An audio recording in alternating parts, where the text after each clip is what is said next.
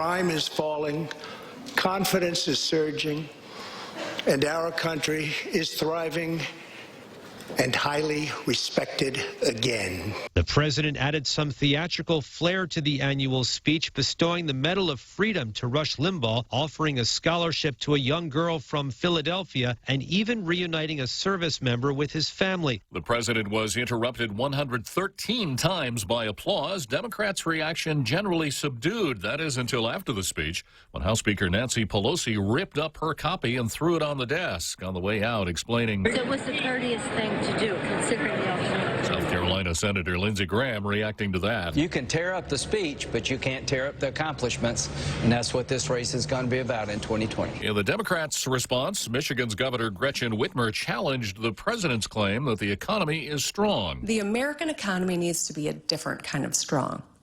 Strong for the science teacher spending her own money to buy supplies for her classroom. Strong for the single mom picking up extra hours so she can afford her daughter's soccer cleats.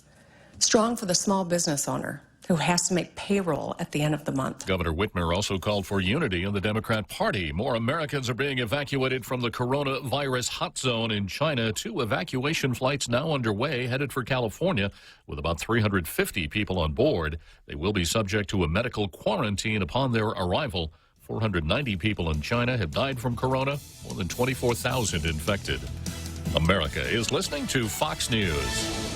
What does love mean to you? Is it passion, romance, or the feeling you get when making someone happy? Is it loyalty and commitment, or being completely vulnerable? Is love the feeling they sing about in songs or make movies about? Or is it just being with that one person who makes you feel safe? This Valentine's Day, celebrate the many ways to love with an exquisite 3-course dining experience perfectly crafted by Mescla Bistro. From start to finish, you'll enjoy every bite and every moment with the person you love. Mescla, a true taste of love.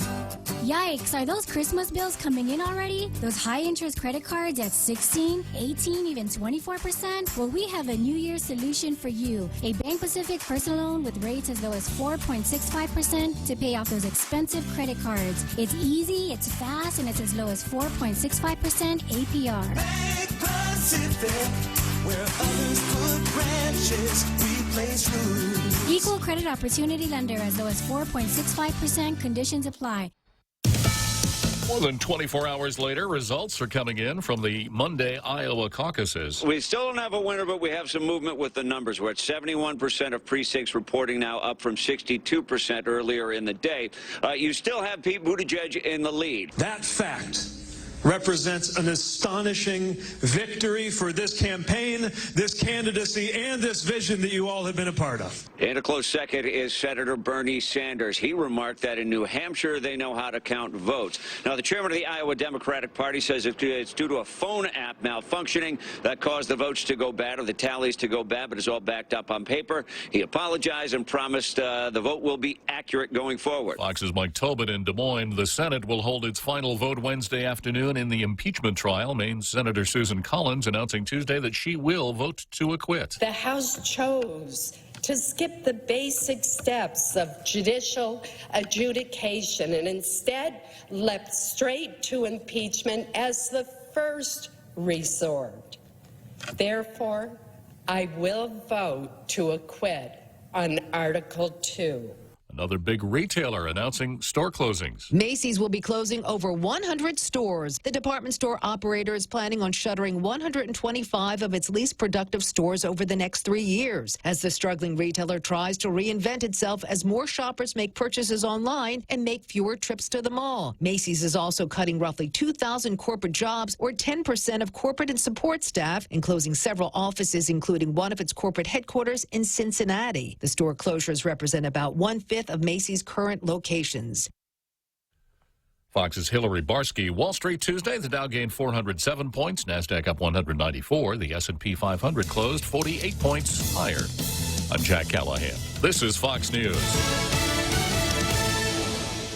Cocoa Coffee Company is now available at Circle K. Single origin coffee beans carefully sourced and locally roasted to give you the freshest cup of coffee Guam has to offer. Grab a cup that's brewed every 30 minutes or purchase a bag of the locally roasted whole beans. Flavors now serving: light medium roasted Ethiopia and medium dark roasted Jamaican Blue Mountain. Exclusively available at Circle K. With every Cocoa Coffee Company purchase, a portion of the proceeds will go towards the Cocoa Recovery Program. The University of Guam Endowment Foundation presents How to Say I Love You, Love Languages in the Pacific. Join us on February 13th at the Guam Museum from 6 to 9 p.m. and enjoy a night of live entertainment and cultural delicacies, all while exploring the many ways we celebrate love in the region. Tickets are $60 per person and include free-flowing drinks. Proceeds will benefit the liberal arts and fine arts programs. Visit give.uog.edu and click Shop to get your tickets today. Sponsored by the Guam Daily Post, Matson Navigation, and Choice Broadcasting. Talk Tales with Bob Klitzkie is brought to you by Bank Pacific, banking on the Pacific for 65 years. Welcome to Tall Tales with Bob Klitzkie, the only show on talk radio where common sense is a lot more common. Phone lines are now open at 888-TALK. That's 888-8255. And now, The Point proudly brings you Tall Tales with Senator Bob Klitzkie. A well-regulated militia being necessary to the security of a free state, the right of the people to keep and bear arms shall not be infringed. Start the program that way every day. I will continue to start that program every day from now until. Right, Real Joe Cruz? Yes, sir. Would you have it any other way, Real Joe Cruz? No, sir, I Cruz? would not. I didn't think so. Okay, so we're going to go straight here to Demi Cutney.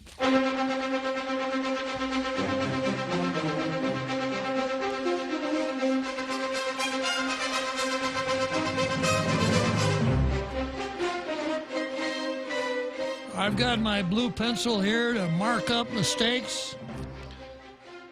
Poor, bad grammar, misuse of the language, errors in judgment and theory, factual misrepresentations. I've got it all right here with my blue pencil. And if I don't have to use the blue pencil too much, and one of the editorials is better than the other, I better rephrase that because one of them is always going to be better than the other because the Daily News doesn't run editorials. Anyhow, I may award the Post a blue star if they've got a barn-burning editorial. So I'm going to start out with the Daily News today, and as usual, it's from the USA Today editorial board. It's not about Guam, of course, but for once, it's not bashing Trump. It's bashing Bernie Sanders. So as anti-socialist and as pro-capitalist and free market as I am, I would look upon anything that bashes Bernie Sanders as worth more than just a passerby. So I'm going to take a minute here to read this column dealing with Bernie Sanders. The title of the column is Dark Money, the Dark Money Side of the Sanders Campaign. So if you're a Sandersista out there, you're going to learn a little bit about your man. 10 years ago, when the Supreme Court struck down a bipartisan campaign finance law and opened up the spigots for political giving, experts predicted what this would mean. Here's what the experts said would happen. Corporations would become important brokers by using their new powers to spread money around. And Republicans would be the big beneficiaries. It's always, of course, the villain, the boogeyman, whatever, is the Republicans. In reality, the biggest legacy of the Citizens United ruling has been so-called dark money. Money raised by independent groups from unknown donors, spent on behalf of a candidate, multiple candidates, or a party or cause. And the biggest user of this dark money, at least until this fall when Donald Trump is expected to release a torrent of it, they got to stick that in there somewhere, right? Has been Democrats.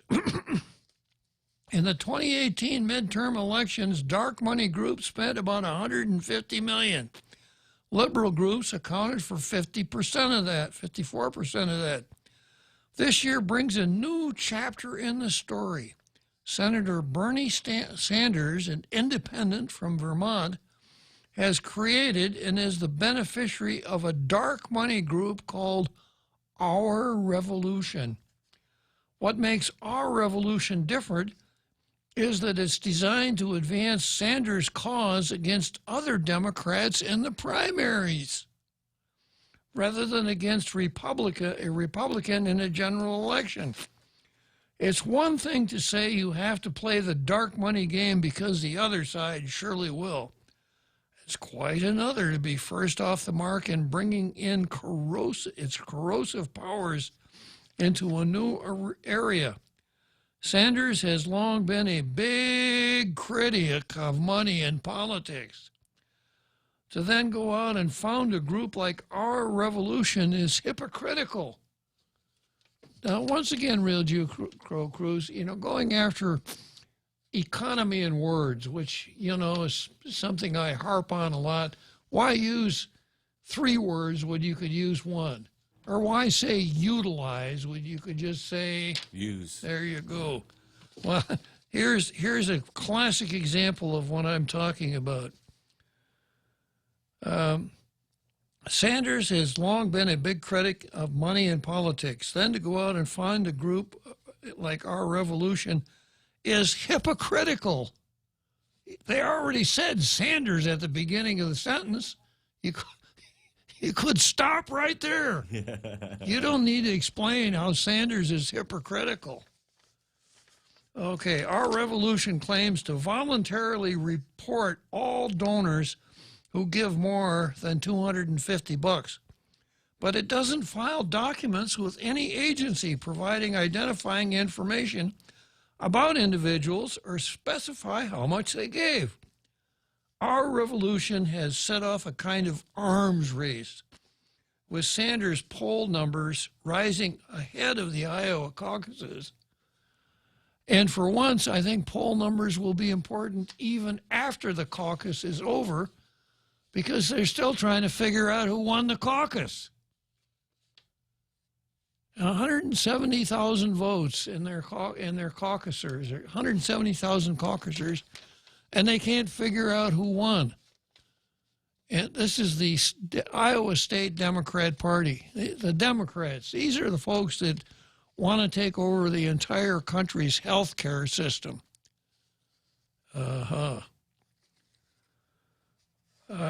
With Sanders' poll numbers rising ahead of the Iowa caucuses, a dark money group funded to support Israel has come out against Sanders.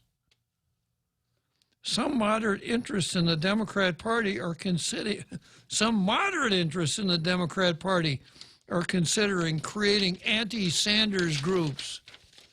Last month, Common Cause, a watchdog group that fights against gerrymandering, voter suppression, and the role of money in politics, filed a formal complaint against Sanders and Our Revolution with the Federal Election Commission. It's not easy for a Democrat to get on the wrong side of Common Cause. Our Revolution has been central to Sanders' street-level organizing, and it has selectively gotten involved in his spats with other Democrats. At the least, Our Revolution needs to reveal all its donors, along with where they live and how much they give. Beyond that, Sanders has to answer why he even needs such a group. He has had little problem raising money in the open, old-fashioned way. The Citizens United case had produced a long string of unintended consequences.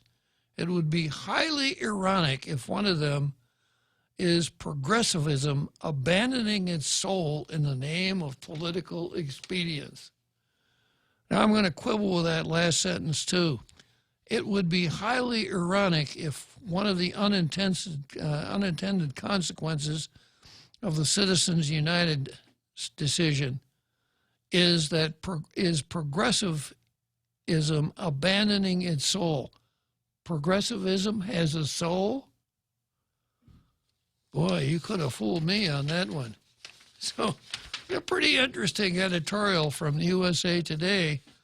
And it's one nice thing about Democrats, they tend to eat their own. But the old saying, the enemy of my enemy is my friend. Well, if you want to take out after Bernie, I'm a socialist, Sanders, then you and I perhaps have a little something in common. That's the Daily News for today. It's actually USA Today editorial run on the Daily News editorial page. And then we come to the Post. The Post concentrates on local news, so I won't look for any Sanders bashing in the Post editorials. The Post editorial is headlined, "Last of pre-ban arrivals into Guam from China should have been," and the rest of it didn't print, "should have been held up or should have been turned down." And Nancy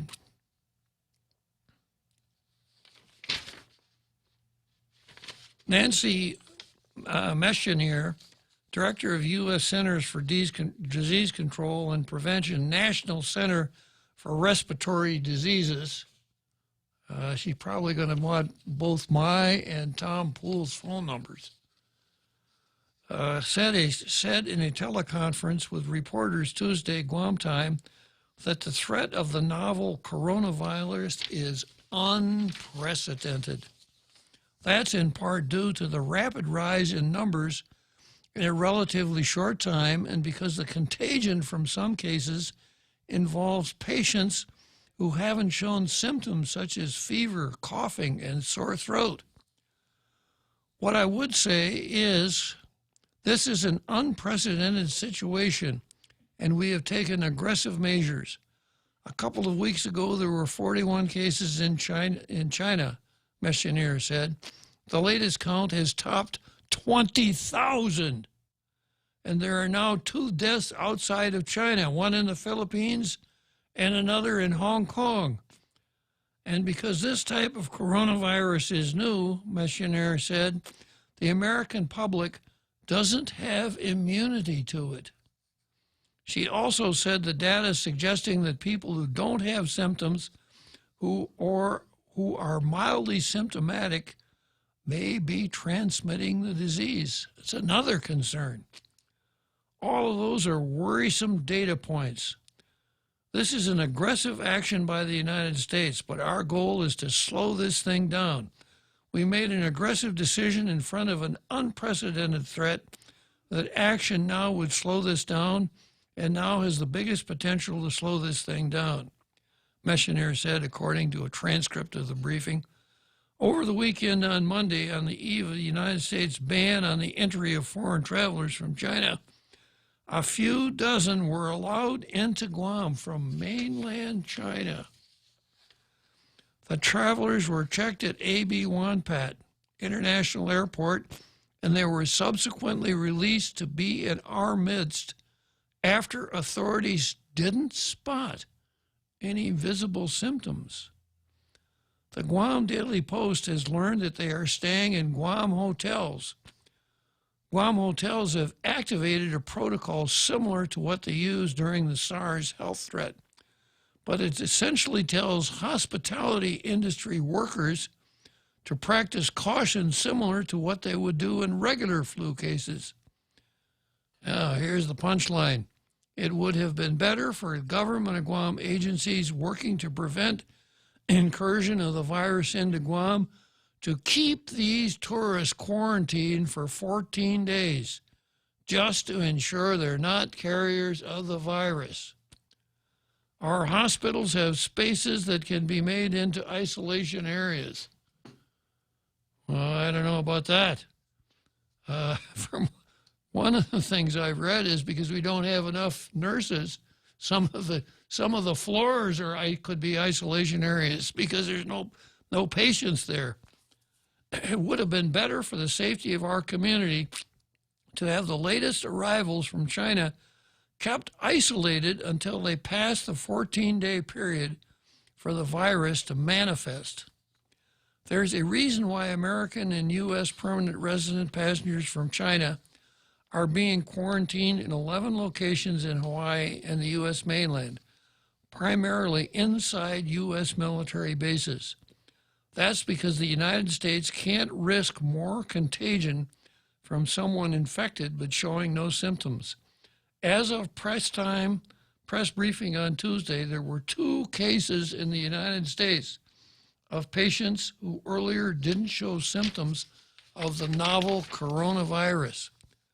Guam's healthcare system already is fragile.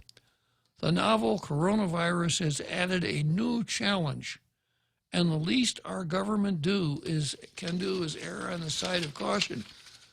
Well, yeah, I got it. I hear what you're coming from. Better safe than sorry.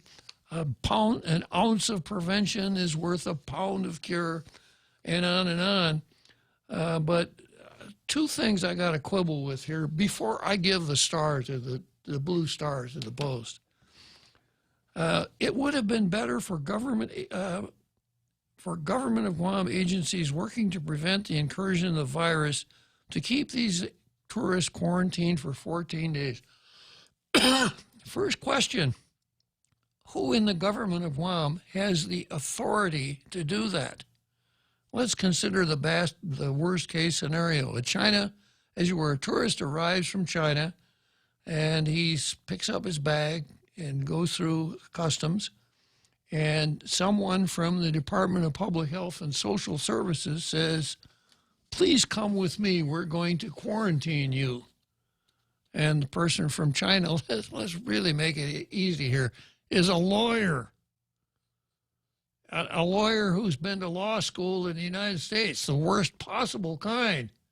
And he says, fine, you have a warrant for my arrest? And what does the person from the Department of Public and Health and Social Services say, Real Joe Cruz? Nothing.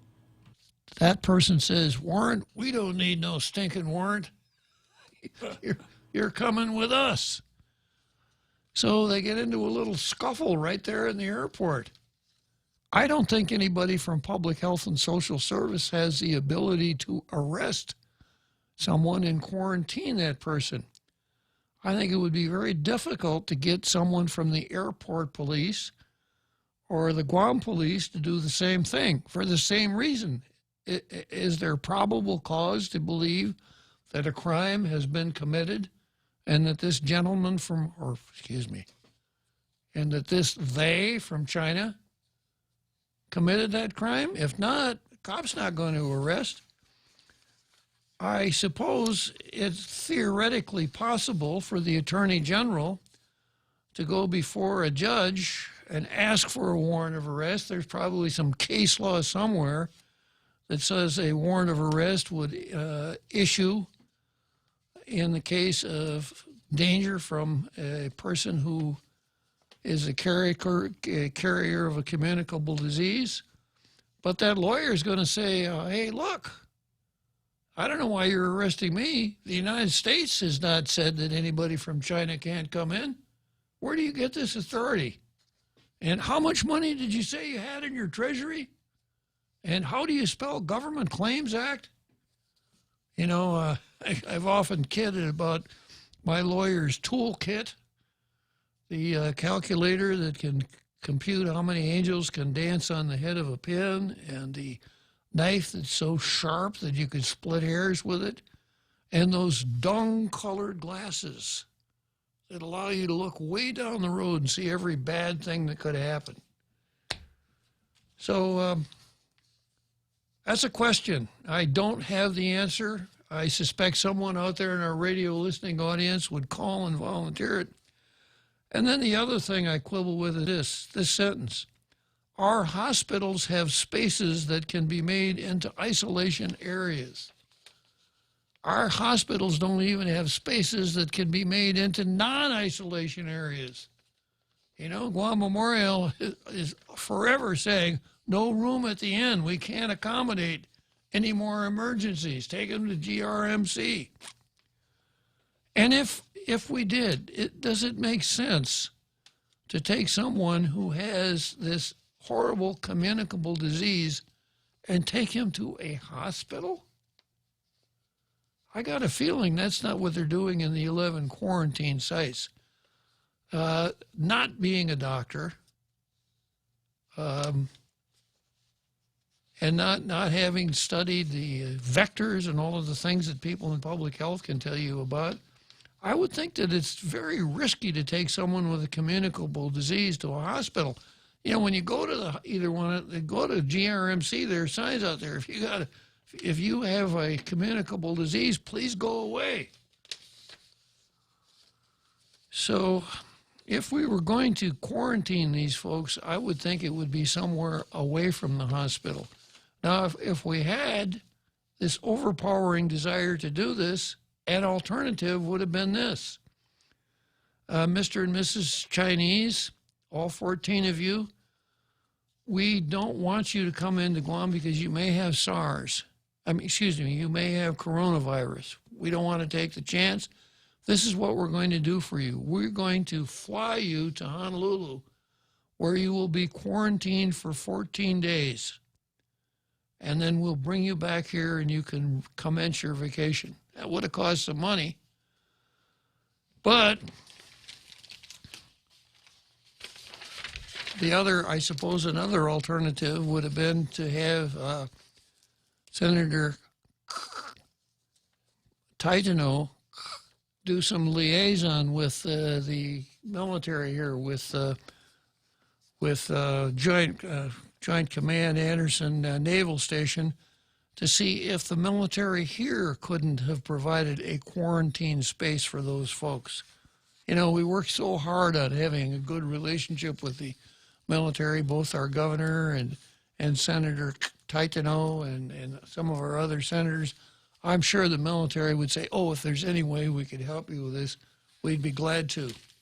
So a good editorial, this is what editorials are supposed to do. They're supposed to look at what's going on and point out what dangers are and provide a solution.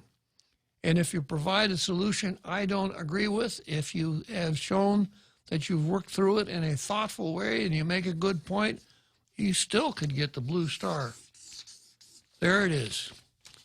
Guam Daily Post.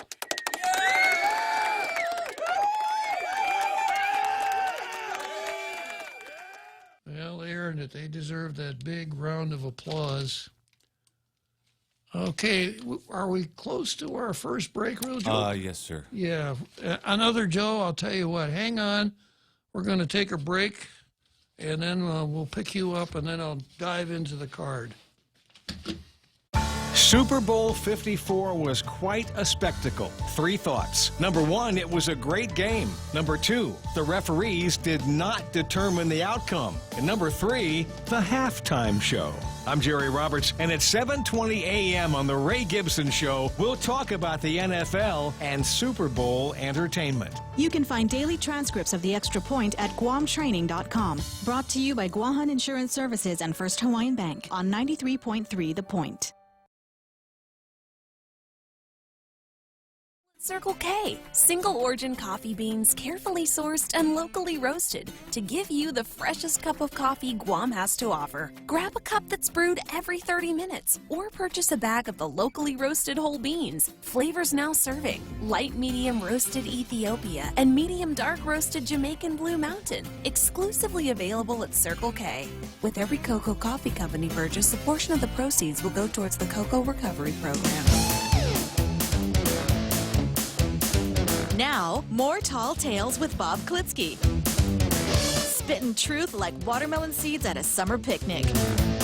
Call now, 888-TALK, 888-8255. Okay, so here we are, back again. Tall Tales. This is what I've got on the card for today.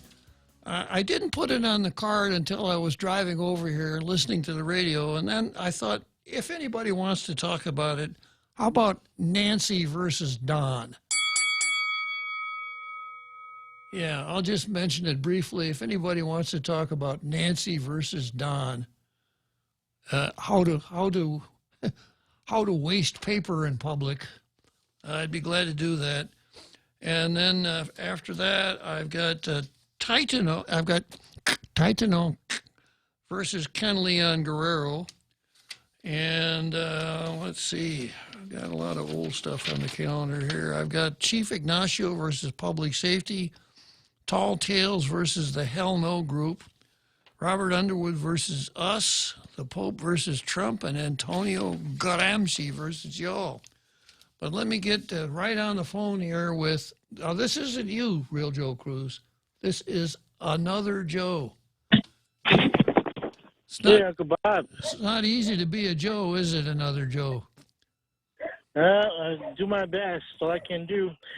So you gotta be curious. Which Nancy are we talking about when you're talking about Nancy? Nancy versus Don. Which Nancy is that? Which Nancy do you think it would be, Real Joe? Pelosi? Of course. Okay. Well, what I was thinking about was you're talking about if we felt the need to quarantine someone. The question would be: are we talking about U.S. citizens, or are we talking about foreign nationals? Well, first of all, I don't think it makes any difference. But we're talking about the editorial here, talking about 14 people arriving directly from China. I assumed that they were citizens of the People's Republic of China. Oh. But I don't think it matters. Well, what I was thinking was we've got so much invested in this compact impact that like there are some seemingly responsible countries. I don't know if they're part of the compact impact. Like was it Nauru? Is it Nauru? Yeah. Mm-hmm. They actually own a hotel here. Say again? They used to. Did they used to own a hotel, the Pacific Star? They did at one time, yeah. Well, and then they were in news where they were holding people that were refugees. Was it for the U.S. or is it for Australia or both? For Australia, Nauru is it's 8 square miles, and they made a deal with the government of Australia that people who were not legally admitted to Australia, who snuck into Australia, could be interned in Nauru until the Australians decided what to do with them. What I was thinking is, if there are any other extra islands in some of these compact impact countries that were basically uninhabited, that they could build a place for these people to wander on. So technically, they wouldn't be quarantined, but they're on an island.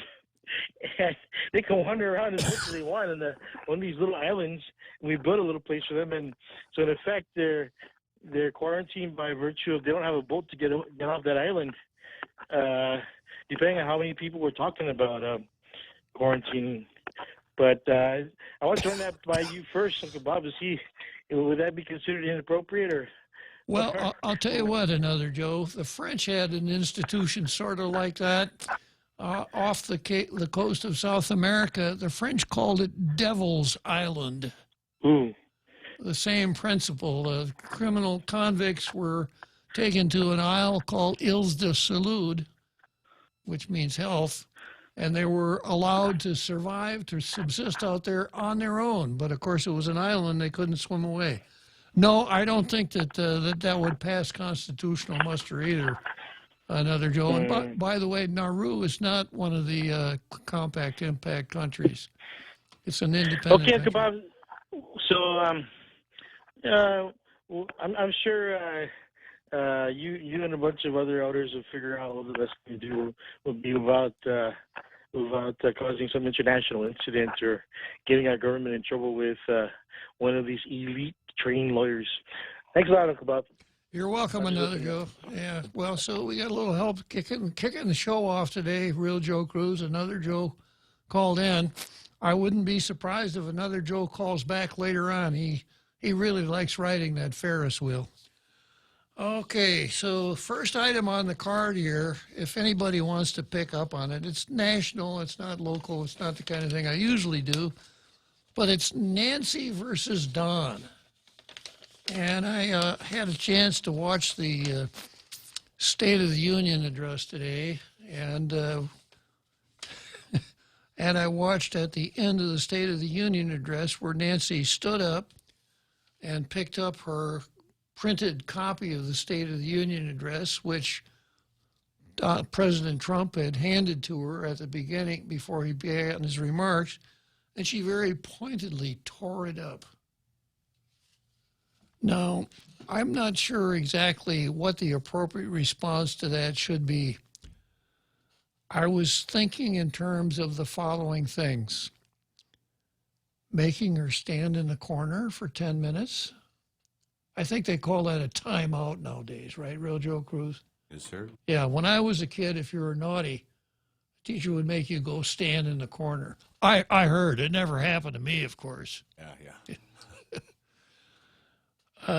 So that would be one alternative. Second alternative would be 20 minutes of detention. She'd have to stay after Congress for 20 minutes. Or the third possible punishment for Nancy would be to have her write 100 times, "I will not diss the President of the United States." I don't know which one of those would be the more appropriate for Nancy, given the disrespect that she showed the President of the United States. Yeah, I know now. He really shouldn't have been president. Hillary should have been president. And if it had been Hillary, she'd have never done that. And he didn't win the popular vote, and he's got bad manners, and he's got a crappy personality, and he says things that they don't like, and he doesn't play the game the way they should. So why should she have to respect him just because the people of the United States elected him president? I wonder what you opened up the Tom line finally. I wonder what our Tom thinks about Nancy versus the president. Tom, good afternoon. Good afternoon, sir. How are you? Good. You know, I was just recovering from my mental anguish, emotional distress, illness when I started listening to the House of Representatives in the basement conducting their impeachment hearings. I started to get sick then, and I'm just recovering now. And then I saw that disrespectful woman tore up that State of the Union in front of national television. These Democrats in Congress are just so hateful. Well, I They kind of have so much hate for our president. I kind of like the show of respect from Ayanna Pressley and Alexandria Ocasio-Cortez. Half of the squad showed the proper respect. They didn't come. And did you hear your friend Adam Schiff making a speech as one of his closing arguments in the Senate? And he's saying, I'll quote Adam Schiff, he's saying that the Senate has a duty to convict Donald Trump. How stupid can that man be? Well, you know, I always knew he was stupid, but I didn't realize he was that stupid. Telling the Senate that they have a duty to convict the president.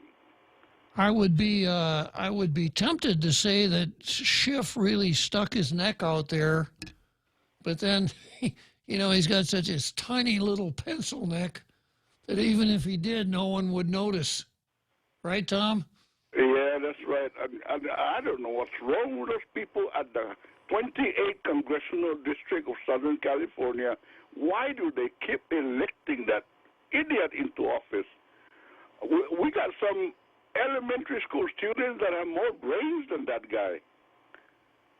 Yeah, well, I would join with you, but I wouldn't want to cast aspersions on elementary school kids by comparing them with... Yeah.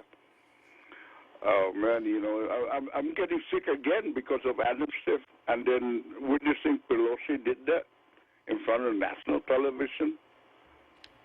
Yeah. I'm surprised he did not go in front of the president and to tear it up in front of him. Maybe she did not have the guts to do that in front of the president. She did it behind his back. Yeah. But it's still on national television, and that is so. These people are they got hate in their heart ever since our president got elected in November of 2016. They started to want to impeach him. Where they never even knew whether he's ever going to commit an impeachable offense, but yet they want to impeach him already. Yeah, they don't concern themselves with little minor details like the Constitution and things like that. They rise above that. Okay, I hope the Democratic Party will just. I hope they'll collapse this coming election. I got a feeling that the Republicans are going to take over both houses. Well, we'll keep the way the people of America have been watching their action for the last 4 years. It's going on 4 years now. They've been doing nothing for the people of America but just trying to bring our president down. And that's why I was saying, what's wrong with those people at the 28th Congressional District?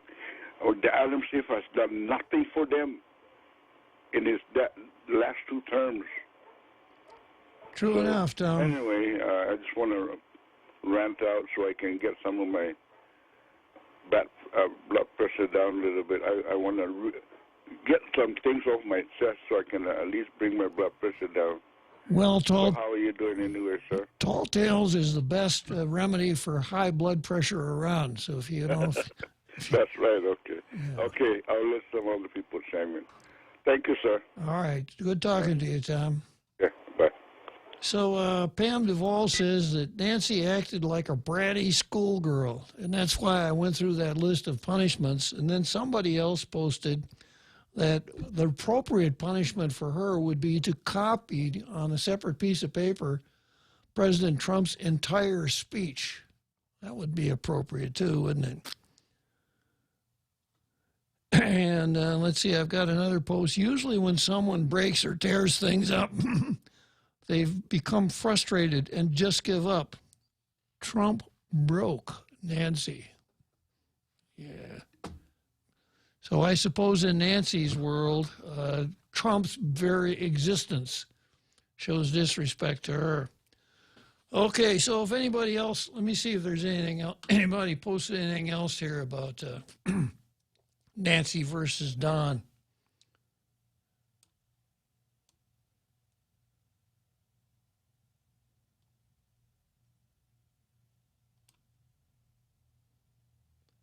Well, Pierre chimes in and says at least the other doe is not an average doe. No. Okay, so next item on the card is Titano versus Ken Leon Guerrero. So I picked this up from today's Post. And in today's Post, there is a letter to the editor. No, it's not written by Senator Kelly Marsh Titano. It's written by her new surrogate, who is also a columnist in the Daily News. So he must feel pretty strongly about this to jump the traces and post a letter to the editor in the competition newspaper.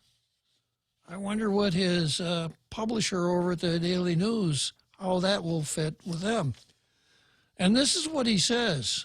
This is what Kelly's surrogate says. I mean, Kelly Marsh Titano surrogate says, I am writing in response to Ken Leon Guerrero's recent letter to the editor discussing Guam Legislative Resolution 255-35, which supports Guam joining UNPO, or the Unrepresented Nations and Peoples Organization. His letter is littered with inaccurate information, and it's unfortunate that the newspaper chose to publish it. Now, there's the key. It's unfortunate that the Post chose to publish Ken LG's letter. Now, this is the third time I've kind of seen this, that that politicians take out after the Post. The first one was Fernando Esteves. Would you play that song from ABBA, Fernando? You can't, can you? That's too bad. Yeah, I know. It fits so well here, you know. Okay, so you're going to have to play that song in your head, you know, by the firelight, Fernando. That faithful night we crossed the Rio Grande. It's really a great song. Anyhow, Fernando took after the Post because he didn't like the columnists that they ran. They were running two of the most anti-American columnists that had ever posted anything anywhere. But Fernando objected to the Post's running a column by Dave Davis. So he really picked up the gauntlet and slapped the Post in the face with it and said, "I'm boycotting the Post." Boy, he really showed them. He wasn't sending his press releases there anymore. He boycotted the Post. The second time it happened was just very recently when, let's see, it was just like a week or so ago. I commented here on the show. What was it, Real Joe Cruz? Oh, yeah. Senator Jose Pito Terlaje. You know, Senator Jose Pito Terlaje took issue with the Post's column that said he should have recused himself from the debate on the recall bill of Senator Nelson when they went into special session. And the Post pointed out, you recused yourself as chairman of the law enforcement part of your committee jurisdiction because of your son's connection to it. But you didn't when this bill came on the floor. You should have recused. Well, Pito came back with both guns blazing, saying, you know, you could write your editorials, but don't you dare question my integrity. So now we have Senator Kelly Marsh coming along telling the Post that they should have never run Ken Leon Guerrero's letter. Now, there's a couple different ways of looking at that. If I were in the newspaper business, I would publish Ken Leon Guerrero's letters on just about any subject. Easy reason why. They're very readable. They make good points. They're punchy. They're edgy. If Ken is in a position where he has to refer to a spade, guess what he calls it? He calls it a spade. He doesn't refer to it as a portable, pointed entrenching tool, so as not to hurt anybody's feelings. Ken is a classic example of that parable that the Real Joe Cruz is always reading on the air, that thing that he cadged from Ronald Reagan. How does that go, Real Joe Cruz? A little louder, please. While the Constitution may set forth rights and liberties, only the citizens can maintain and guarantee those freedoms. Active and informed citizenship is not just a right, it's a duty. It's not just a right, it's a duty. So Ken Leon Guerrero is a classic example of active and informed citizenship. And he complies with his duty on a very frequent basis, calling talk shows, writing letters to the editor, going to hearings and testifying, etc. But Kelly Marsh, Titano, says it's unfortunate, through her surrogate, says it is unfortunate that the newspaper chose to publish Ken's letter because it goes against a resolution that Kelly Marsh Titano was a co-sponsor of.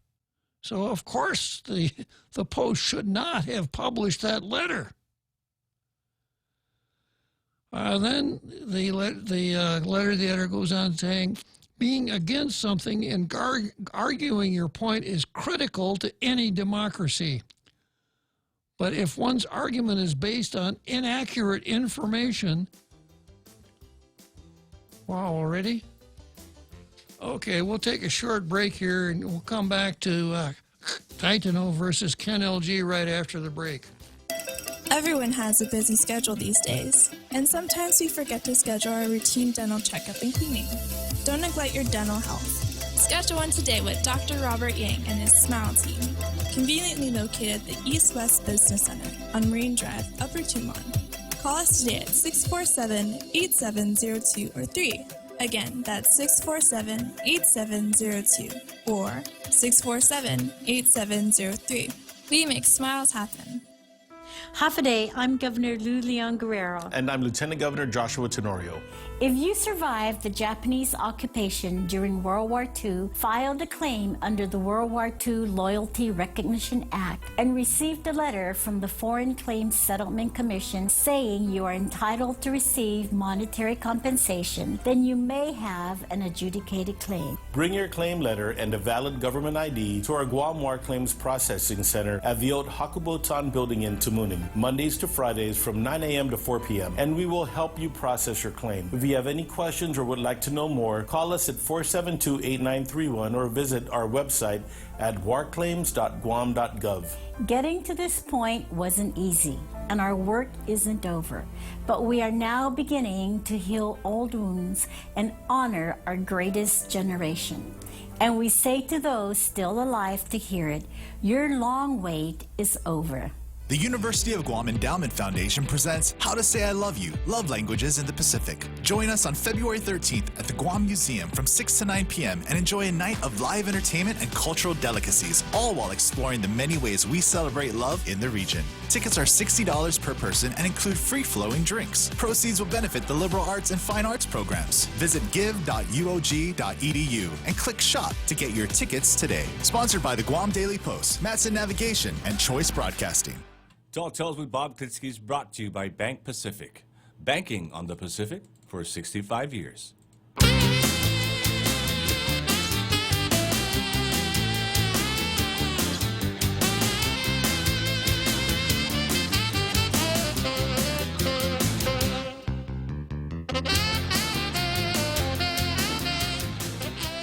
So here we are back again on Tall Tales, and Pam Duvall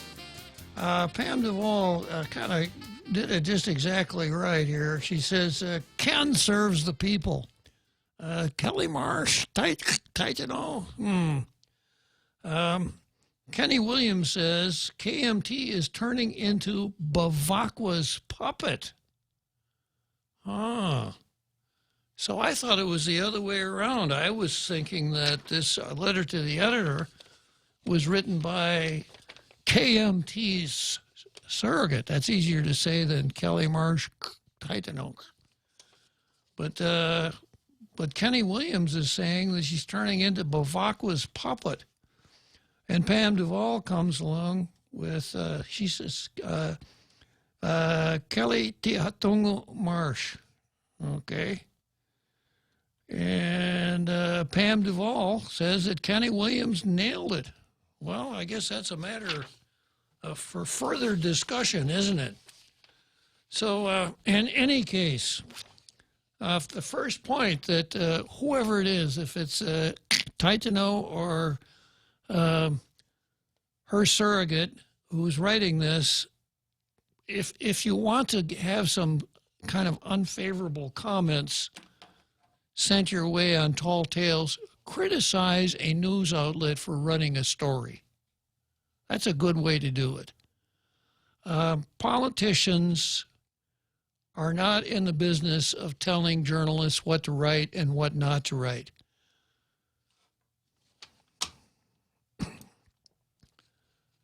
John McNinch? John McNinch. Hello, John. Hey, Half a Day Cinder, Half a Day Guam. This is Ron McNinch. Sorry about that. Oh, I was wondering, maybe it was Ron McNinch's brother. I know there's a John McNinch is in my family, though. I know there's a Ron McNinch, but I didn't know there was a John McNinch. But this This happens once in a while on Tall Tales. So what can you tell me, Ron? Well, you know, first of all, I love the topic about trying to quell speech of others. You know, there's a whole area of political theory called the marketplace theory of speech, and that is when you try to shut somebody else down when they're trying to practice free speech, all you're doing is increasing the value of what they have to say to others, because you're trying to make it taboo. You're trying to make their speech prevented, and so it increases the relative value of it. So now, if people are saying, don't read Ken Leon Guerrero, what's happening essentially is now people want to read him because they've been told not to. Kind of a journalistic Barbara Streisand effect, right? Yeah, absolutely. And by the way, I love the Guam Post because actually they have, they really give us a balance of opinion in our community. And I'm always happy to see that we have two papers, and sometimes they have opposing views, and it's always good to have contrasting views or a little argument versus everyone in agreement, particularly on things that are very arguable. It's really bad to have everyone on the same page because there are points in dispute. And of course, we want people to talk about them and think about them. Unless we have contrasting opinions, we don't really get to think too much. Well, that's kind of the basis for Tall Tales. The idea of Tall Tales is that can't we help everybody get along? It's more like, what can we find to argue about? And it makes for great talk radio. And I got to tell you, I really wish, rather than telling the papers they shouldn't be publishing people, a person will respond with a thoughtful piece of their own and explain why they didn't agree with the person who said the things they did, rather than trying to shut down, the speech entirely, which is essentially a form of identity politics or intersectarian politics, where the only method they have is to shout down everybody else. True enough. So the only cure for bad speech is more speech. It's not censorship, right, Ron?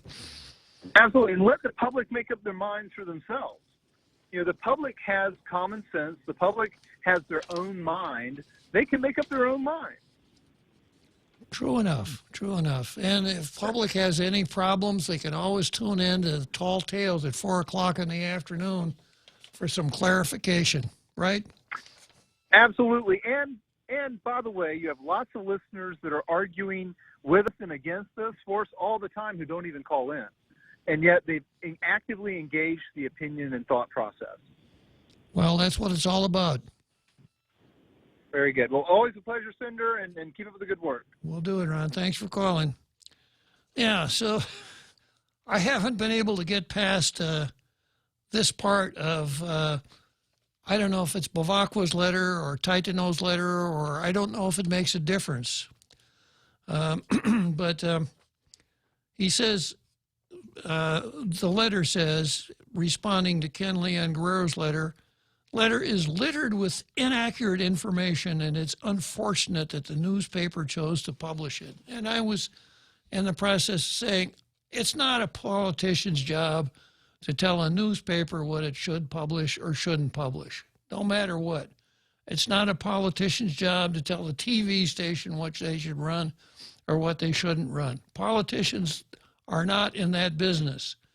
And since he's on your payroll, Kelly Marsh Titano, the finger points at you.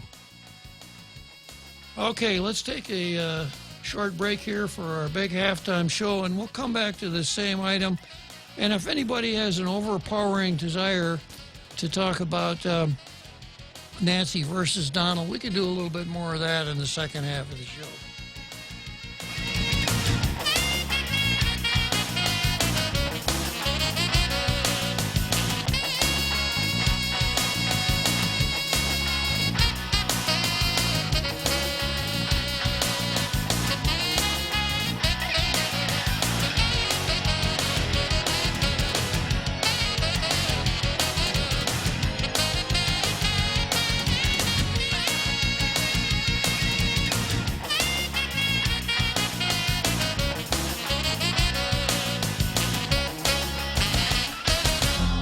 The Point is KUSG. Hagåtña, Guam, 93.3 FM and 104.3 HD3. Maybe they heard different speeches. I'm Jack Callahan, Fox News. President Trump's State of the Union message interrupted by applause 113 times on Tuesday night. Republicans in the chamber chanted 4 more years and enthusiastically cheered economic figures touted by President Trump. If we hadn't reversed the failed economic policies of the previous administration, the world would not now be witnessing this great economic success. Democrats sometimes booed and chanted H.R. 3, a nod to prescription drug legislation stalled in the Republican-led Senate. Fox's Jared Halpern at the Capitol. House Majority Whip Congressman Steny Hoyer insists the Democrats acted with decorum. We took a high road. You didn't see any booing. Nobody stood up. The fact checkers are going to have a field day. Nobody yelled out, "You lie." We sat there quietly, listened to his speech. That is until it was over, when House Speaker Nancy Pelosi stood, ripped up her copy of the speech, and threw it down. Asked why, she said later it was the courteous thing to do, considering the alternatives. Texas Republican Senator Ted Cruz said what the speaker did made him angry. Because what she showed and what congressional Democrats showed was contempt for America, that they won't root for the American people. Senator Cruz on Fox's Hannity. Democrat Texas Congressman Al Green, who has introduced articles of impeachment against the president several times, said President Trump started it by not shaking the speaker's hand before the speech. Congressman Green says the president denigrated the speaker. On Wednesday afternoon, the Senate likely to vote to acquit the president in the impeachment trial. I had a senior Republican source tell me that they thought that there would be unanimity on the Republican side of the aisle voting to acquit the president on both articles of impeachment. Fox's Chad Pergram at the Capitol. Unclear if any Democrats will cross party lines in the vote. America is listening to Fox News. Yikes, are those Christmas bills coming in already? Those high-interest credit cards at 16, 18, even 24%? Well, we have a New Year's solution for you. A Bank Pacific personal loan with rates as low as 4.65% to pay off those expensive credit cards. It's easy, it's fast, and it's as low as 4.65% APR. Bank Pacific, where others put branches, we place roots. Equal credit opportunity lender as low as 4.65%. Conditions apply. What does love mean to you? Is it passion, romance, or the feeling you get when making someone happy? Is it loyalty and commitment, or being completely vulnerable? Is love the feeling they sing about in songs or make movies about? Or is it just being with that one person who makes you feel safe? This Valentine's Day, celebrate the many ways to love with an exquisite 3-course dining experience perfectly crafted by Mezcla Bistro. From start to finish, you'll enjoy every bite and every moment with the person you love. Mezcla, a true taste of love. 2 planes carrying American evacuees are en route from Wuhan, China, the epicenter of the coronavirus. Between them, 350 people on board headed for quarantine in California. Now 490 confirmed fatalities from the coronavirus in China.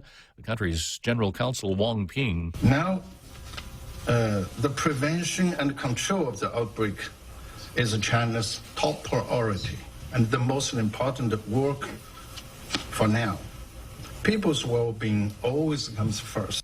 More than 24,000 people confirmed to be infected by the virus. In Hong Kong, an official says more than 1,800 people on board a cruise ship that was turned away from a port in Taiwan will be quarantined until they're checked for the virus.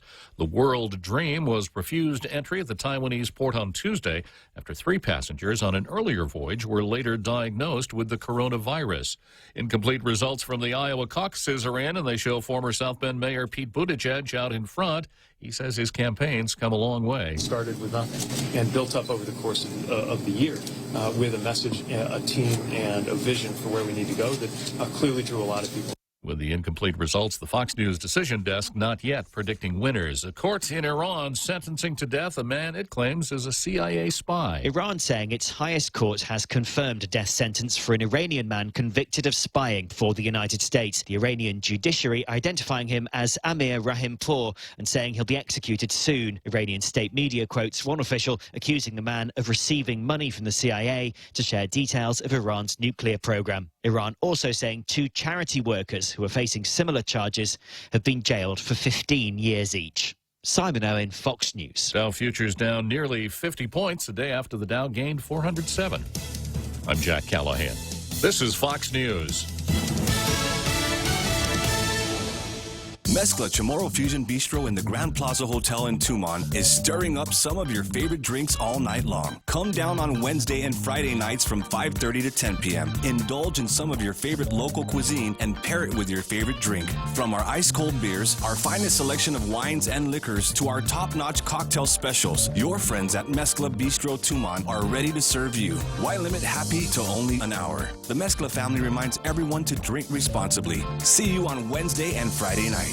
The University of Guam Endowment Foundation presents How to Say I Love You, Love Languages in the Pacific. Join us on February 13th at the Guam Museum from 6 to 9 p.m. and enjoy a night of live entertainment and cultural delicacies, all while exploring the many ways we celebrate love in the region. Tickets are $60 per person and include free-flowing drinks. Proceeds will benefit the liberal arts and fine arts programs. Visit give.uog.edu and click Shop to get your tickets today. Sponsored by the Guam Daily Post, Matson Navigation, and Choice Broadcasting. Tall Tales with Bob Klitzkie is brought to you by Bank Pacific, banking on the Pacific for 65 years.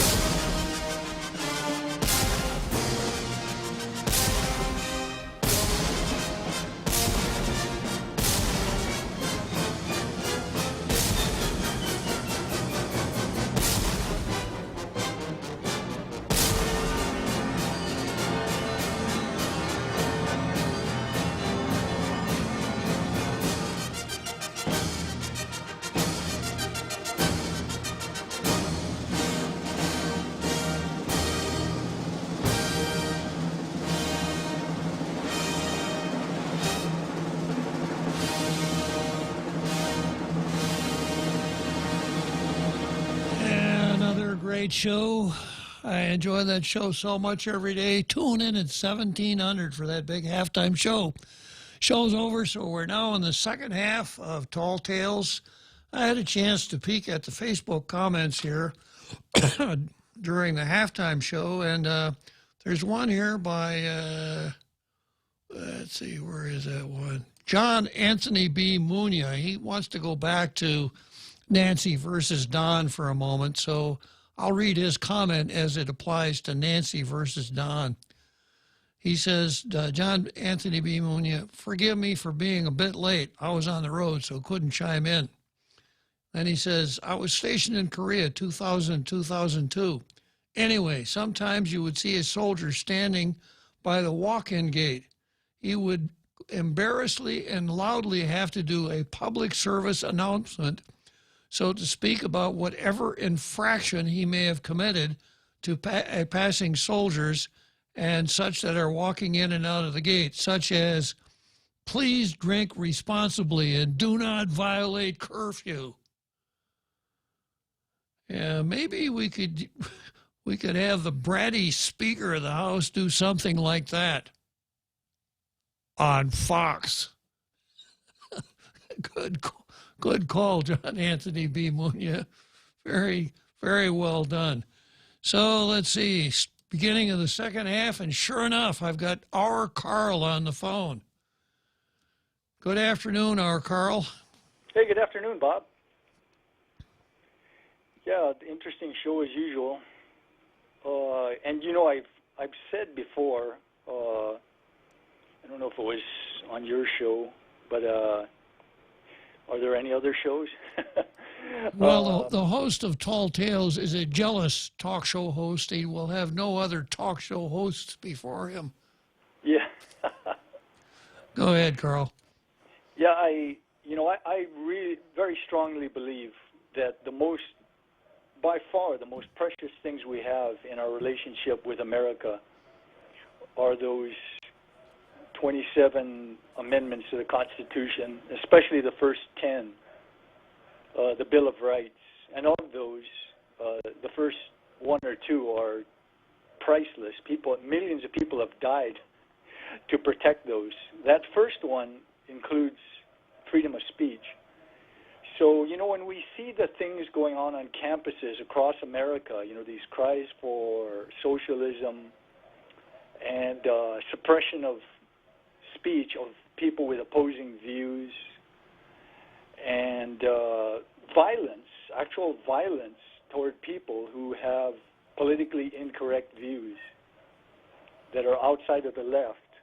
Hearing these kind of comments over time is very, very concerning, because I think it's a hint as to what would happen if we separated from America and enough of this view came to power, and I think that's a very real possibility.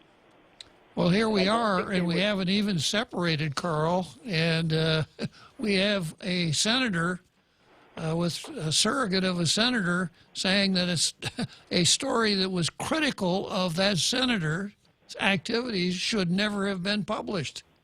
So we do need, you know, we're there already, and we haven't even separated.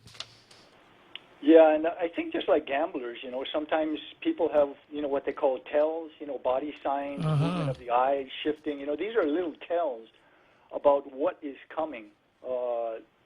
If they could right now, they would.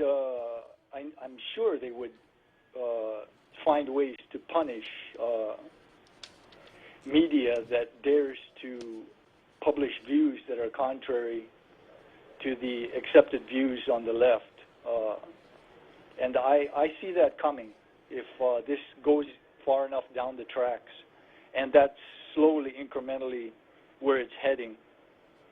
And, you know, the Constitution at its heart, I'm sure you'll agree, is a document constraining government. It's a freedom document to keep us free, to be able to speak our mind, to assemble peacefully, to bear arms, and all these other priceless freedoms that millions of people over 2 centuries have paid with their lives and blood for us to have.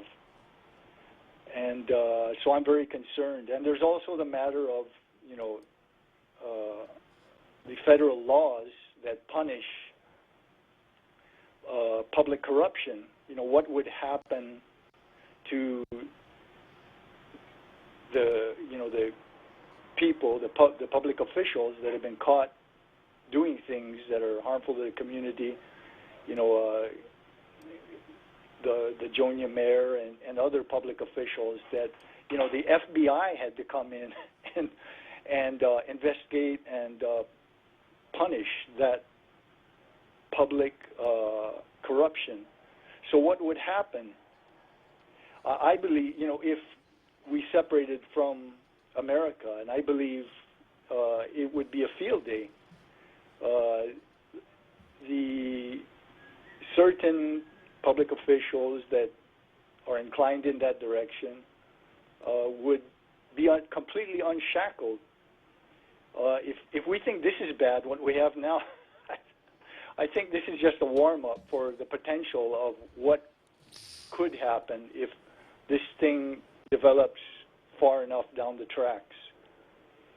And if we didn't see and hear the things going on in the States today, you know, with the left, especially in the Democratic Party in Congress, in academia, you know, on our universities, these cries for socialism, which is basically a concentration of power, you know, people might be able to poo-poo it, but it's real. This is very, very real. And we have a lot at stake. Exactly right, Carl. And I guess the only thing I could add to that is that, you know, we've got a president who understands what you said. We have some talk show hosts that understand what you said. Unfortunately, one of our gang is pretty sick right now. Apparently, Rush Limbaugh. That's gonna be tough. Yeah, that was terrible news to get. He influenced my political views over 30 years ago, so I owe him quite a bit. If I might, before I just hang up, if I might just say one more thing. There's a professor named E.J. Rummel, and he did extensive research on democide, which is the murder of citizens by their own government. He and his research staff, I think he worked out of Hawaii.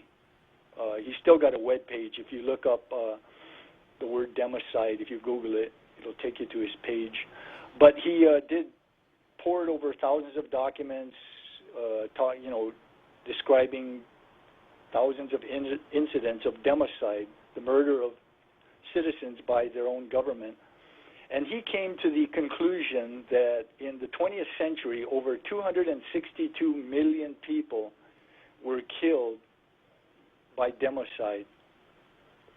And his webpage shows a breakdown by country, and by far the vast majority of the people slaughtered in this way were killed in socialist countries in which there's a concentration of power. And his bottom line conclusion from years of research, thousands of documents, and all his figures, he said concentration of power is the most dangerous thing on earth. And so that is very, very dangerous thing to play with. And that's why our founders, the writers and signers of the Constitution, split up that power into the three branches. That was no accident. They had seen what can happen when that power is concentrated in the hands of a few elite, such as in communist China and the USSR, now Russia, and several other socialist countries around the world. It's a very dangerous thing. Anyway, thank you for allowing me to chime in. I sure appreciate it. Okay, Carl, it's always good talking to you. So that was our Carl. So I'm going to go back here to Titano versus Ken LG. And, of course, I suppose that for Kelly Marsh Titano and her surrogate who wrote this letter, the unintended consequence here, the really big news about this letter is the phrase of the sentence, his letter is littered with inaccurate information and it's unfortunate that the newspaper chose to publish it. That pretty much, a little tip here, a little writer's tip. When you did that, that eclipsed everything else in your letter. You could have followed that with a fortune for everyone to make $1 million, or how to turn lead into gold, and no one would have much cared. This idea that a senator in the Guam legislature will decide what should be published and what's unfortunate that a newspaper published. That's the key point to your letter here, Kelly Marsh. If that's what you're paying $23.08 an hour for, maybe by now you got buyer's remorse. So going on past that, the letter says, I'm in support of this resolution. That's 2255-35. That's the UNPO resolution. Since Guam should seek as many avenues as possible to try to assert its interests and tell its story. Once again, we have a little pronoun trouble here. Does Guam have a story? Does Guam have interests? Are we talking about the territory of Guam, the island of Guam, all of the people of Guam? I have a feeling maybe we're only talking about our people, but we'll see. We must continue to lobby at all levels of the federal government, but engaging in international diplomacy or advocacy is also vital, as we are a territory/colony.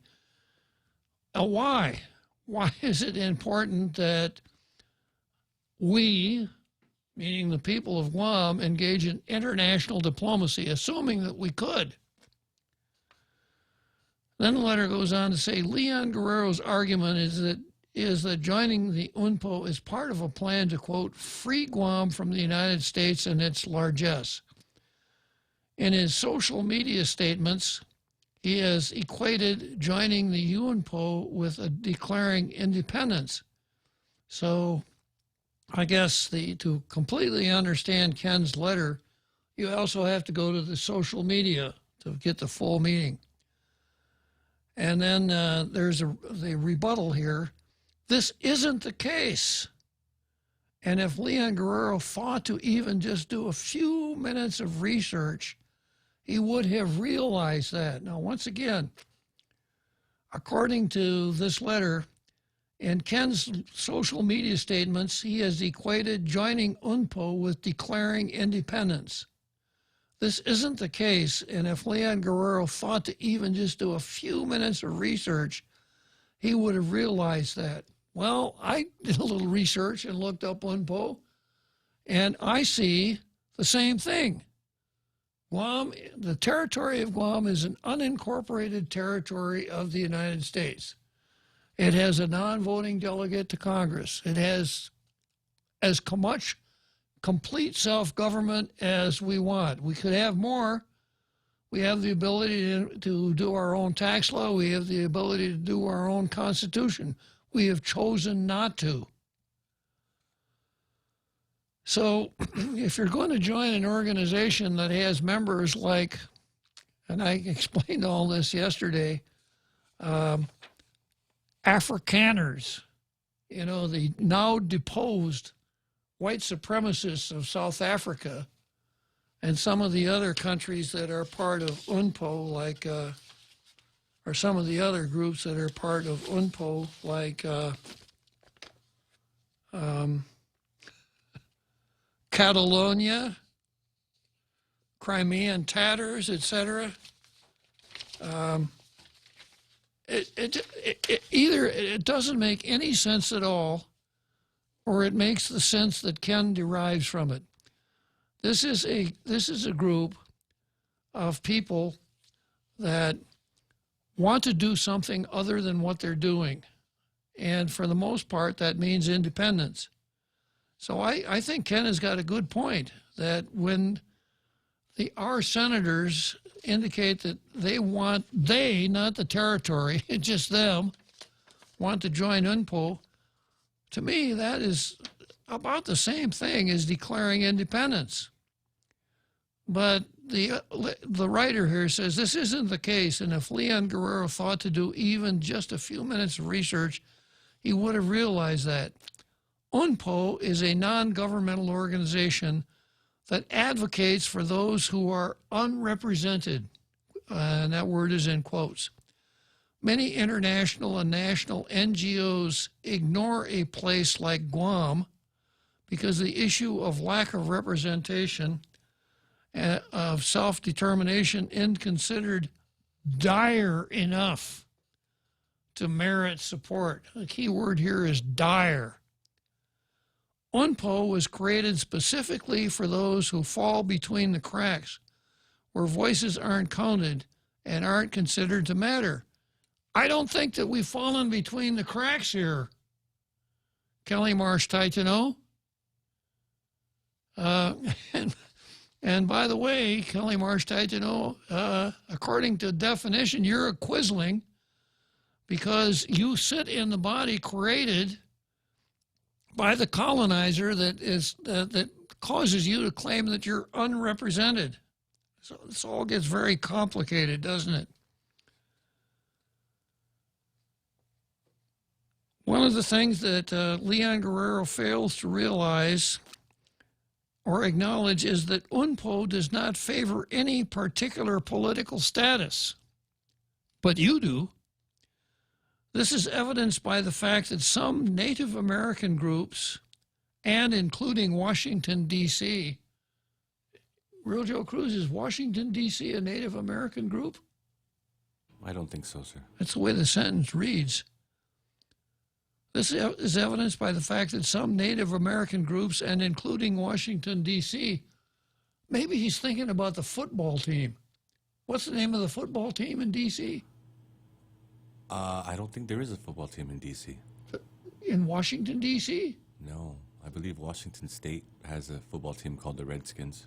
No, I think it's Washington, D.C., partner. Okay. Yeah. Maybe you're right. Yeah, that's why my little play on words here the other day, that a lot of Native Americans were objecting to the name of that football team. They thought it was slanderous to refer to anything resembling Native Americans with the word Washington. So maybe Capital Redskins or something like that. Anyhow, apparently, that's the way the sentence reads, that the Washington, D.C. is a Native American group. Now, I did look up this UNPO group, and Washington, D.C. is a member of UNPO, which kind of, to me, points out the silliness of this whole idea of this unrepresented group. If you read the Constitution, I went through it yesterday, why we have a District of Columbia, why the District of Columbia does not have representatives in the House and in the Senate, and why it shouldn't have representatives in the House and in the Senate. So what is this group of unrepresented, this UNPO group, what is it going to do? Will they send a delegate to Washington, D.C. to lobby on their behalf? One would think that the people in Washington, D.C. might be able to do that. When we look at those the UNPO has advocated on behalf in the past, they run the gamut of political possibilities. Well, fine, let them run their gamut. We are an American territory here, an unincorporated American territory with all of the benefits that come from being an unincorporated territory, with almost none of the responsibilities that come with being an American state. So I don't want to have UNPO advocating on my behalf. I want to make that really, really clear. I didn't vote for UNPO. I didn't vote for the Afrikaners. I don't have any, talk about unrepresented, I don't have any voice with UNPO at all. As far as the government of Guam is concerned, I can go down and testify at public hearings. I can sit in front of a microphone and broadcast to the entire island.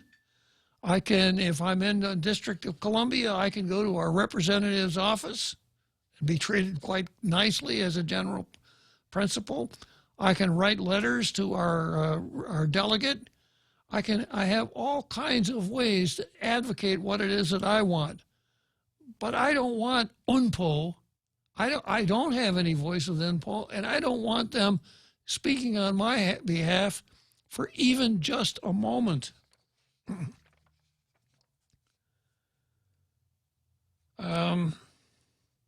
Going on here with this letter.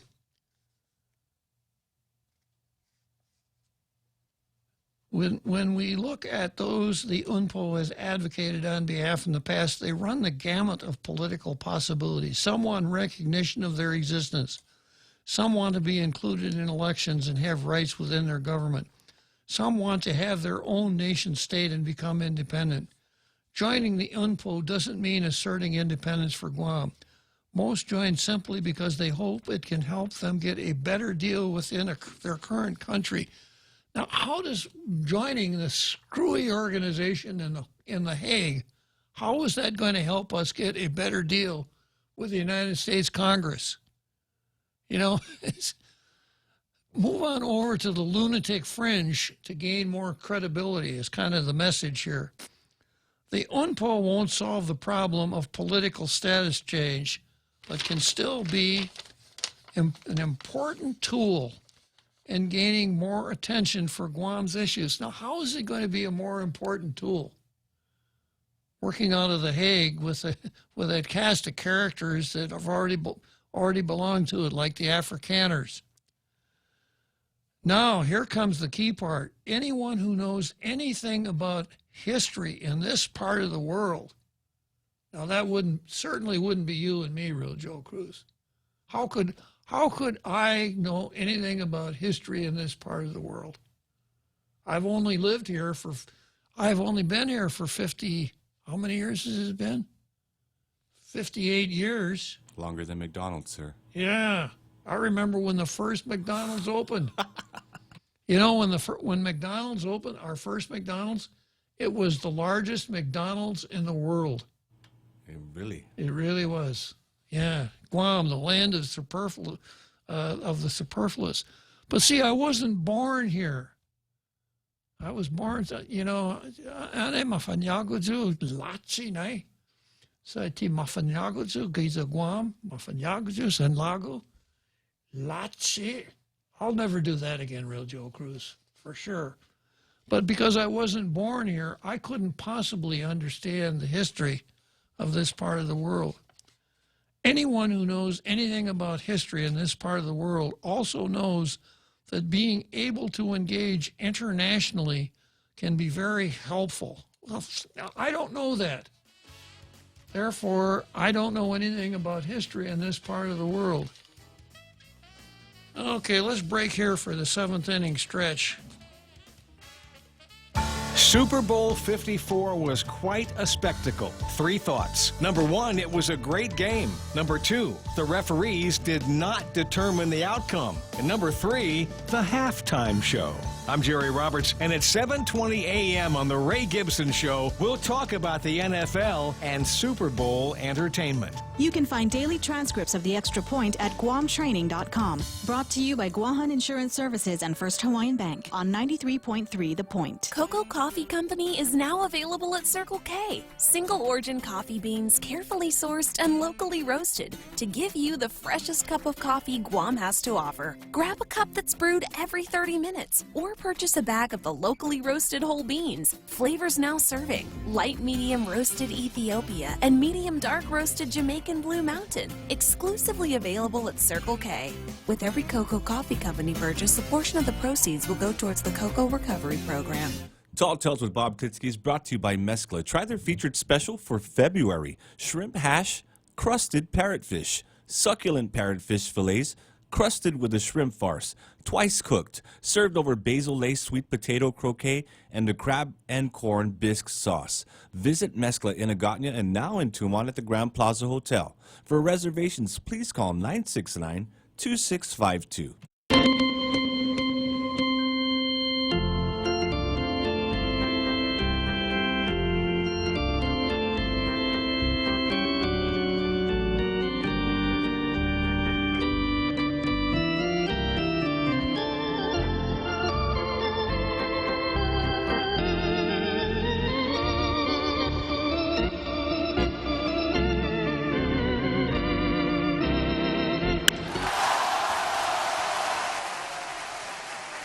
Seventh inning stretch, Wrigley Field, bleachers, center field bleachers, Wrigley Field, Chicago. The seventh inning stretch. That means we only got two more innings to go here in Tall Tales, and I'm still working on Titano versus Ken LG, and this is the what I'm referring to as the Titano rebuttal to Ken LG's letter. It was written over the name of Titano's surrogate, who she just hired here recently at a sum of $48,006.40. And he starts out by pointing out that Ken's letter, it's unfortunate that the newspaper published Ken's letter. And then he goes into telling us why Guam should be engaging in international diplomacy. And then he states a question that anyone who knows anything about history in this part of the world also knows that being able to engage internationally can be very helpful and essential in negotiating nationally within the U.S. I don't know that. Remedial education, I guess, or I guess the conclusion is necessary. I don't know anything about history in this part of the world. Now, when it came to negotiating nationally within the United States, that's almost a contradiction, almost, but I don't know of any entity or country, or as you were, political entity that has negotiated nationally within the United States. Very confusing sentence, but meant to shame those who would disagree with the idea that UNPO is a really good deal. And then the conclusion. In conclusion, there is almost no downside to joining UNPO. I suppose there'd be no downside to joining the International Association of Circus Clowns either. But what would it get us? You know, people oftentimes, the saying goes that people know you by your associations. So if you hang around, with a bunch of bums and miscreants, you could be as pure as the driven snow, but people are going to think, that guy is a bum or a miscreant. That's who I see him hanging around with. So if we make a big deal about joining UNPO with the likes of the Afrikaners and all of these other exotic, far-flung places, and then we want them to go to Congress and speak on our behalf, I don't think so. I think that, you know, we've seen some really dumb ideas come out of the legislature, but I have to think that this one probably gets the brass ring. This one is as bad, just about as bad as anything that I've seen in my several years of watching what's going on. But of course, there is a real key here. And I mentioned this before, but if you look at the resolution, now, if we're going to do this, if the territory of Guam is going to join a nonprofit organization, that would be an executive function. The executive has the ability to sign off for the government of Guam if the executive has that authority. So if you really got your heart set on this, Kelly Marsh, Titano, then a bill that would authorize the governor to enter into an agreement with UNPO would be the way to go. But you didn't do that. You have a resolution. And this is the resolution clause in your resolution, that the legislature recognizes the struggles of the people of Guam. That's great. The legislature one of the biggest struggles of the people of Guam is you, legislature. Yeah, I see Jesse on the line. I'll be with you in just a second, Jesse. You are one of the struggles. And then the legislature further urges the Speaker of the legislature and the chairwoman of the Committee on Federal and Foreign Affairs, that's Senator Lee, to work with the UNPO. Now, how do they work with the UNPO? To cement Guam's status as an UNPO member. So does that mean that Lee and the Speaker are supposed to enter into an agreement with UNPO? I remarked yesterday that we've now have two stonemasons in the legislature. Lee and Titano are to cement the relationship. I've got this mental image of a ready-mix truck pulling up to the legislature, and there's this form out in front of the legislature, and the letters UNPO are spelled out, and over on the other end, Guam is spelled out, and the two senators pull the rope so that the cement fills up that form and spells out Guam and UNPO, cementing that relationship. But what kind of mischief does this encourage the Speaker to engage in now? To go to The Hague to do the cementing? Maybe we could have a joint cement pouring project at The Hague. Okay, Jesse, I guess I've been beating around the bush long enough. I'm going to put you on the line, and then I'll tell you what I really think about this idea of joining UNPO. Okay? Okay. Yeah. I was just saying. I think this is just another avenue for Guam's political status. To get some traction and maybe see what sticks. And obviously, they could still just ask the Congress, and I guess they're using this organization to basically lobby for Guam in a sense. And I support it. You know what I mean? And, well, let me tell you how I feel. You know. Let me tell you how I feel. I don't want anybody from that group going before the United States Congress and advocating for me or anything that I have to do with. I don't want it. It's not our place to ask this international group to come in and speak to the Congress. Yeah, well. Anyways, DC has the congressional committee there for statehood. They have they're part of UNPO as well. So, I mean, I'm sure there's a lot of people who feel the way you do, but there's also the other side, and I think that's just part of these legislators listening to their constituents, and Jesse, do you think any constituent even knew what UNPO was before? No, but now they know, though. You know what I mean? Now well, then they're not. And, Jesse, you said listening. I didn't know about it at first, and now that I know, it seems pretty interesting, and it seems like this is the right way to, another avenue to take, because for 122 years we haven't gotten anywhere with it. So, I mean, Jesse, hold on a second. You said Congress, our people, our senators are listening to the voice of the people. And I said I hadn't even heard of this until it was mentioned down there. So the reason that these five senators, Jesse, excuse me, the reason that these five senators introduced it is not because they were listening to the voice of the people, because nobody even heard of this outfit. The reason they introduced it is they want to propagandize the people to start paying attention to this thing. It's the other way around. Well, I don't know. I guess that would be your conspiracy or your thoughts on it. But I think a lot of people in that circle, in that space, knew about made this.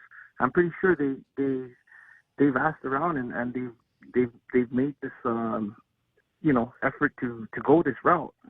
Well, fine, but that's different from saying you said listen to the voice of the people. So, right, but so if they didn't listen to the voice of the people, that doesn't work. If they did it for some other reason, fine. But I just have to correct you on this thing about they listened to the voice of the people and now they want to join UNPO. Yes, but this isn't on what I'm trying to say. I guess I did what I mean to say is that this discussion about decolonization, representation in the U.S. Congress, in the Senate, and in the presidency, that conversation has been going on forever. Forever, forever, like the grocery receipts tax. Jesse, since we've been a territory of the United States, it's been going on in the early 1900s, right after we were ceded to the USA. They already started talking about self-governance and all this stuff. So I'm just saying, this is just another step in that space where okay, Jesse, I'll say this. That people have talked about. That's what I believe. Yeah. Yeah. Well, I believe in Santa Claus when I was a kid too, but what I believe is not exactly that important. But if self-government is important, and if statehood is important, independence or whatever, what I'm saying is I don't want an outfit like this UNPO representing me and representing our island. I think the Congress would laugh them out of the place. Yeah, well, or laugh us out of the place. Yeah, well, I guess they're going to laugh with D.C. as well, and who knows? Maybe Puerto Rico might jump on this too, and other territories, or other places that don't have other territories, or U.S. Territories that don't have any representation. So I'm just curious to see where this goes, and whether it's a political stunt or whatever it may be. I mean, that's just the name of the game. I mean, people are trying to get elected, and when and also I wanted to just touch on how they said Ken LG had this thing with this other group that said get the crazy 8 or whatever it was, those 8 senators. Yes. Now they're still complaining about the current legislature. I'm like, okay, you guys got out those 8. Now we got another, and then you guys cried about lowering they just were making this whole campaign about lowering senators' salaries. Well, this is what we ended up with. Who are you? This is the result of you guys with their. Who is Jesse? Who is you guys? I'm sorry, I meant to say Ken. That group that that went out there and said these 8 people should not be elected, or just it just cheapens our. If you guys, my thing is, these people want to run for office and tell us how Guam should be, they should just do it, because Otherwise, they should just shut up, right? not just shut up, but they should. That's what I'm saying. But do the people that want statehood and all this, should they just shut up as well? Because nothing's gonna happen, or you know what I mean? Or the people who want independence, should they just shut up because it's better to live under the U.S. flag, or it's better to just be an unincorporated territory? People ought to be free to express their opinions, no question about that. And because someone expresses his opinion, yeah, but when there's consequences, Jesse, excuse me, I'm expressing mine now, okay? Okay. Yeah, people ought to be free to express their opinions, and when they do, when someone comes along and says, well, why don't you shut up then or run for senator yourself? Ken is fulfilling a very important function here.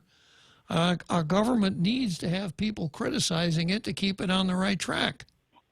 So the fact that he was instrumental in removing the Crazy Eights, and the fact that he's not, that he has problems with some of the current senators, I have an awful lot of problem with this whole UNPO thing. I think it's not as easy to see as the sneaky salary increases, but it comes from the same place, especially when it empowers the legislature and not the executive branch.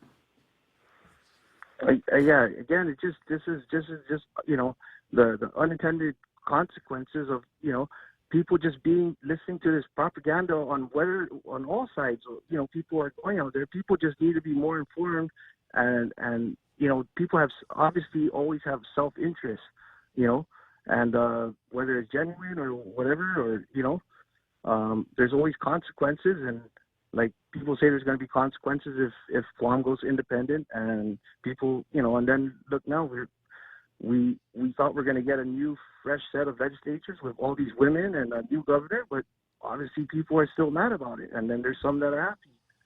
But anyways, I just wanted to say that I just think this UNPO thing too is, I think it's something that I feel the senators should go into, and I'm just curious to see how it all plays out. Yeah. Okay, well, except for that one step at the beginning, I can't say that I disagree with you too much this time around, Jesse, but I always appreciate your calls. Okay, yeah, I appreciate you taking my call. Thank Have you. a good one. Okay, Jesse. Well, let's see what we got on Facebook here today.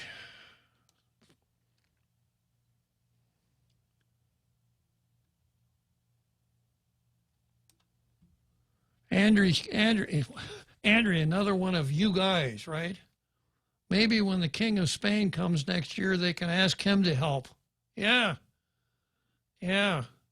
Or sign up with the Catalonian revolutionists who want to separate from Spain. They could probably be good lobbyists for the island of Guam. Jesse Limtiaco, there are thousands of people on island that support independence, decolonization. The local senators are simply following what their constituents are asking them to do. Well, I think we settled that on the phone conversation. Nobody, there was not a groundswell of public opinion. There weren't people waving placards and carrying picket signs out in front of the legislature and chanting, "Join UNPO, join UNPO." Because nobody even heard of it until those 5 senators introduced this resolution. So if people support independence or decolonization, and I make the point over and over again that there really is no difference, that our so-called commission on decolonization is really the Commission for Chamorro Independence, and other than an attempt to improve our lot with the United States right now as an unincorporated territory, it's the only alternative. Independence, an independent Guam, an independent state separate from the United States. I would not think that that is a good idea, and I'm not holding back on that. I haven't. Pierre takes issue with Jesse's math, and he says wishful thinking. Hundreds is more like it. In other words, the independentistas.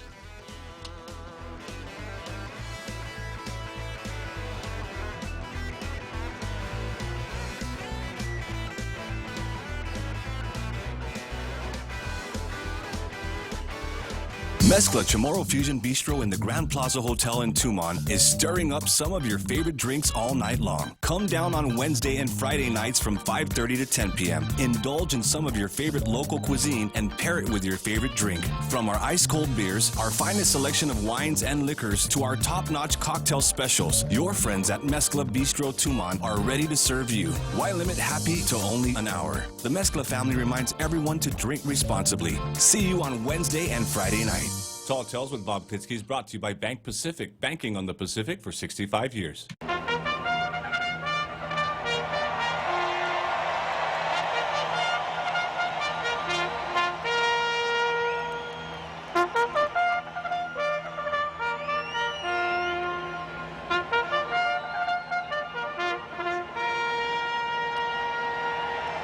So here we are, home stretch, Kentucky Derby, Churchill Downs, Louisville, Kentucky. So here we are, Churchill Downs, Kentucky Derby, Louisville, Kentucky. You know why I said that twice, Real Joe Cruz? What did you say? What did you say? Because I got Repeat on the line. That's why. Yeah. That's why. Good afternoon, Repeat. I love it when things repeat. Uh-huh. Anything worth saying is worth saying twice. Absolutely. You know, I didn't catch all of the conversation, but I caught the tail end, and I just wanted to chime in. You know, no matter how much you disagree with someone, you can be disagreeable. Or, I mean, you can disagree without being disagreeable. You know, I have butted heads with Ken and Carl and Ron McNinch, and I sometimes believe that their assertions or their positions are half-hearted or not so well thought out. But I respect their opinions, and they have the right to criticize me just as much as I have the right to criticize them. And I think I agree with you, Uncle Bob, that it is our duty as citizens to be thoughtful, to think about things, and not just sit down and let everything happen. Voice up your opinion, add your 2 cents if you have experience or have information that you can add to the mix, you know, and not just let everybody else control the dialogue, then throw it in there. But at the same time, always just be respectful of everybody's opinion and allow them to have their opinion without resorting to any kind of violence or even insults. Okay. So I just wanted to throw that out there. I know people can get heated, but, you know, just we can disagree, but we don't have to be disagreeable. Well, and we can argue without being argumentative too, right, Repeat? That's correct. That is very correct. That's what makes us great, or what makes our tradition great, the American tradition of freedom. You know, there are some problems, but we work towards resolving those problems, and in the American framework, we can eventually fix those problems. Our nation's history has been riddled with problems, but it's also been the place where we can safely come to solutions and resolve those problems. You know, there are some dark parts of our history, of our country's history, but in the end, righteousness overcomes. Okay, I agree with everything you said, Pete. I'm glad you called in and shared that with us. All right, and we still got a long way to go, so we're going to still continue to argue and disagree. I'm looking forward to it. All right. Y'all have a good night. You too, Pete. Good night. Okay, let me go back to the Facebook here. I've got Ismail Velez who says, I pulled a Ken LG today. I asked 10 contractors today, born and raised on Guam, if they wanted independence or to continue their current relationship with the U.S. 9 said they would never want to give up their U.S. passport and would like to continue as is. The 10th said that they just wanted whatever made the cost of living on Guam cheaper. Then I asked if they wanted a part-time or full-time legislature, and they were split. 5 for part-time, 5 for full. Okay, well, took a page right out of Ken's book, right? And then Ishmael offered a consolation. Well, Pierre, first of all, comes along and says, perhaps you should remember the old adage, do not wake up the water that sleeps. And Ishmael Velez counters that with Pierre, or never pet burning dogs. Sage advice for sure. Pam Duvall says, we can't say Uncle Sam go home, but leave your money here. Shelley Gibson, UNPO, question mark, the coronavirus of the legislature, sending the Play-Doh poser to what? Cement? Takitodu. All right, and Andrew Camacho says, independence is a first-class ticket to the third world. Shelley comes back and says, bet none of these seen shopping on base would give that up for UNPO. And Pam Duvall. Judge, I sure wish my dad was alive to hear your show. He would absolutely love it. And Shelley Gibson says, mine too. I guess Shelley's referring to her father, the late Bill Gibson, father of the host of the #1 morning talk show on Guam. And Jesse Lemtiaco, Shelley Gibson. Well, people can shop outside the gate and actually support local business instead, like the other thousands of us that aren't allowed in gate. Shelley comes back and says, Jesse, I'm one of them. Let me see if I missed anything in that thread. I guess not. So some really interesting comments on Facebook today.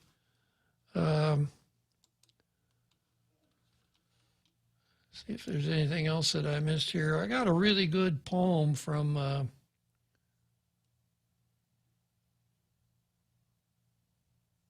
Ishmael. Was it from Ishmael?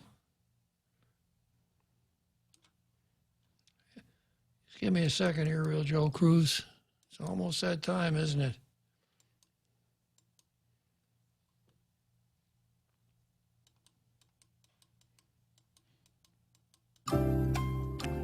Yeah, I'm sorry, Ishmael. It was a good one, and I didn't have time to run it today. Maybe tomorrow. Post it up tomorrow. Okay, so another exciting, informative, informational, elucidating episode of Tall Tales. And we'll be back tomorrow at 1600 to do the same thing, only more better, right, Real Joe Cruz? Yes, sir. Okay. See you all tomorrow.